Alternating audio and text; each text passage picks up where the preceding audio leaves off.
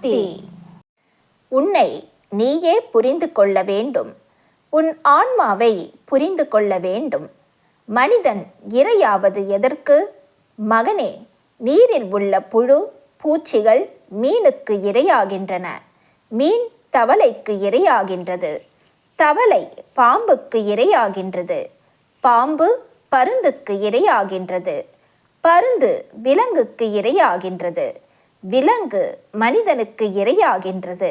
மனிதனோ தன் மனத்துக்கு இரையாகின்றான்.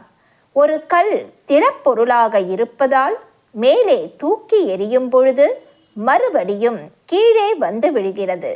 ஆனால் லேசான பஞ்சு மேலே சென்று பறந்து விடுகிறது.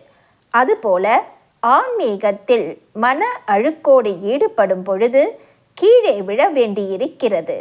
மன தூய்மையோடு தொண்டு தருமம் என்பனவற்றை மேற்கொண்டு ஆன்மீகத்தில் ஈடுபட்டால் மேலே பறக்கலாம், முன்னேறலாம்.